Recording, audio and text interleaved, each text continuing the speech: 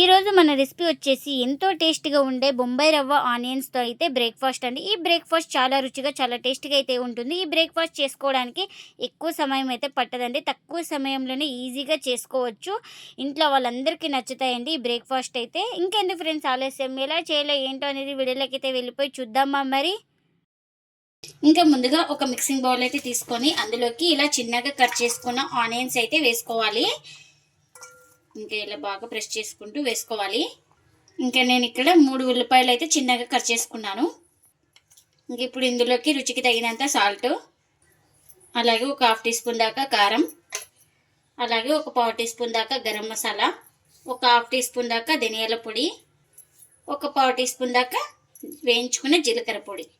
ఇంకా ఈ మసాలాలన్నీ వేసుకొని బాగా ఇలా ప్రెస్ చేసుకుంటూ బాగా మనం కలుపుకోవాలి. ఇంకా ఆనియన్స్కి అన్ని మసాలా ఫ్లేవర్స్ అన్నీ బాగా పట్టేలాగా బాగా ప్రెస్ చేస్తూ బాగా కలుపుకోవాలి మనం. ఇంకా ఇలా మొత్తం బాగా కలుపుకున్న తర్వాత ఇంకా దీన్ని పక్కన పెట్టేసుకుందాం. ఇంకా ముందుగా స్టవ్ అయితే ఆన్ చేసుకొని ఒక కడాయి పెట్టుకొని ఇప్పుడు అందులోకి ఒక 2 కప్పుల దాకా వాటర్ని అయితే వేసుకోవాలి. ఇంకా చూడండి, సెకండ్ కప్ అయితే వేసుకుంటున్నా. ఇంకా ఇప్పుడు ఇందులోకి రుచికి తగినంత సాల్ట్ని కూడా వేసుకోవాలి. అలాగే ఒక స్పూన్ దాకా ఆయిల్ కూడా వేసుకుంటున్నా. ఇప్పుడు ఇందులోకి ఒక స్పూన్ దాకా జీలకర్రను కూడా వేసుకోవాలి. ఇంకా ఇప్పుడు ఇవన్నీ వేసుకొని ఒకసారి బాగా ఇలా కలుపుకొని మనకు ఈ వాటర్ అయితే బాగా బాయిల్ అవ్వాలి. ఇంకా మనకు వాటర్ అయితే బాగా బాయిల్ అవుతుంది కదా, ఇప్పుడు స్లిమ్లో పెట్టుకొని ఇప్పుడు రవ్వనైతే వేసుకుంటున్నాను.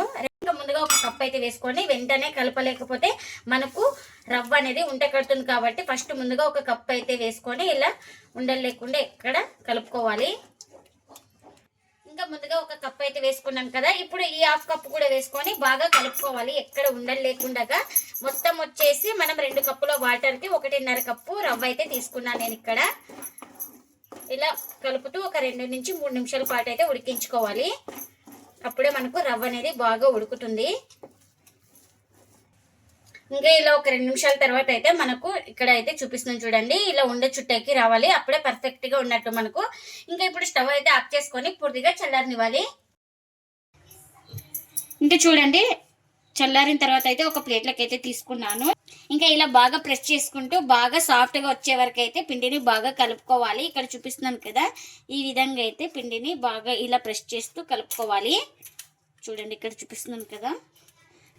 ఇంకా చూడండి, ఈ విధంగా మనం చపాతీ పిండి ఎలా కలుపుకుంటామో అలా సాఫ్ట్ వచ్చే వరకు అయితే మొత్తం ఇలా బాగా కలుపుకోవాలి. మీకు వాటర్ ఏమైనా తక్కువ అనిపిస్తే హాట్ వాటర్ అయితే ఒక 2 స్పూన్ దాకా వేసుకొని బాగా కలుపుకోండి. ఏమైనా పిండి గట్టిగా అనిపిస్తే వేసుకోవాలి, లేదంటే లేదు.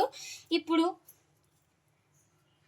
ఇంకా పిండి ముద్దనైతే ఈ సైజ్ అయితే తీసుకున్నాను. ఇంకొక అరచేతి మీద అయితే పెట్టుకొని ఇంకా ఇలా ఎక్కడ క్రాక్స్ లేకుండా రౌండ్గా చుట్టుకోవాలి. ఇంకా ఇలా చుట్టుకున్న దాన్ని ఒక ప్లేట్లోకి అయితే తీసుకుంటున్నా.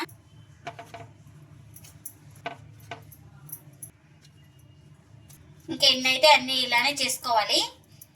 ఇంకా ఇలా చేసుకున్నాం కదా, ఇంకా ఒక పిండి ముద్దనైతే తీసుకొని నేను ఇక్కడ చూపిస్తాను కదా, వేళ్ళతోటి ఇలా గుంతలాగా చేసుకోవాలి. ఇలా స్టఫింగ్ పెట్టడానికి ఇలా చేసుకోవాలి మనం. చూడండి, ఇక్కడ చూపిస్తున్నాం కదా, ఈ విధంగా చేసుకోవాలి. మనం ముందుగానే ఇంకా స్టఫింగ్ అయితే రెడీ చేసి పెట్టుకున్నాం కదా, ఈ స్టఫింగ్ని అయితే ఒక స్పూన్ తీసుకొని ఇంకా ఇందులోకి అయితే పెట్టుకుంటున్నాను. ఇలా మొత్తం ఇలా పెట్టుకున్న తర్వాత ఇలా కవర్ చేసుకోవాలి మనం. ఇక్కడ పిండి ఉంది కదా, ఇలా లోపల తోస్తూ ఈ పిండిని అయితే కవర్ చేసుకోవాలి. ఇలా కవర్ చేసుకున్న తర్వాత ఇలా మనం ఎక్కడ క్రాక్స్ లేకుండా ఇలా కవర్ చేసేయాలి. చూడండి, ఇంకా ఆ తర్వాత ఇలా రౌండ్గా చుట్టుకోవాలి. ఇంకా ఈ పిండిని కూడా కవర్ చేసుకొని ఇలా రౌండ్గా చుట్టుకోవాలి. ఇంకా ఇలా చేసుకున్న తర్వాత ఒక ప్లేట్లోకి అయితే తీసుకుంటున్నా. ఇంకా మరొక పిండి ముద్దనైతే తీసుకొని సేమ్ అలానే చేసుకోవాలి. ఇలా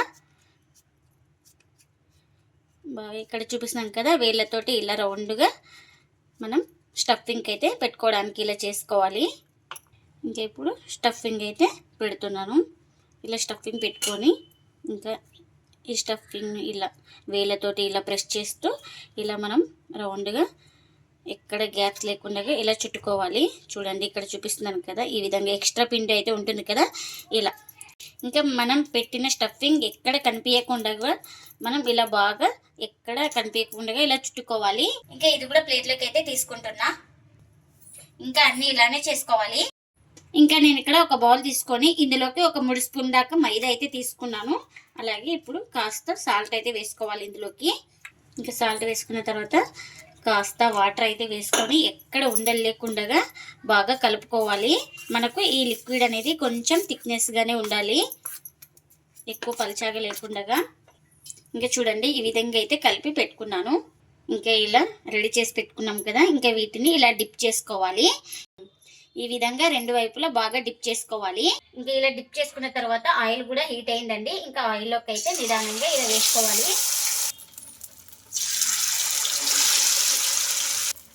ఇంకా ఇలా కడాయికి ఎన్ని పడితే అది వేసుకోవాలి.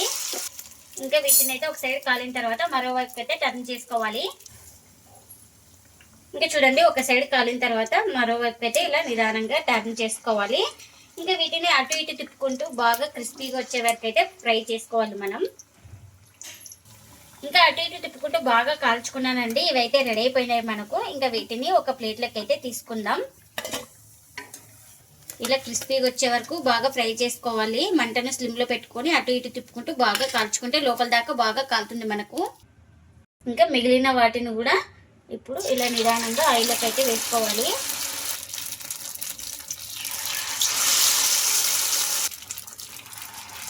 ఇంకా వీటిని కూడా ఒక సైడ్ కాలిన తర్వాత మరోవైపు అయితే టర్న్ చేసుకోవాలి. ఇంకొక సైడ్ కాలిన తర్వాత మరోవైపు అయితే ఇలా నిదానంగా టర్న్ చేసుకోవాలి.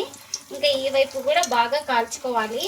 మంటను అడ్జస్ట్ చేసుకుంటూ బాగా కాల్చుకోవాలి క్రిస్పీగా వచ్చే వరకు. ఇంకా ఎన్ని అయితే అన్ని ఇలానే చేసుకోవాలి.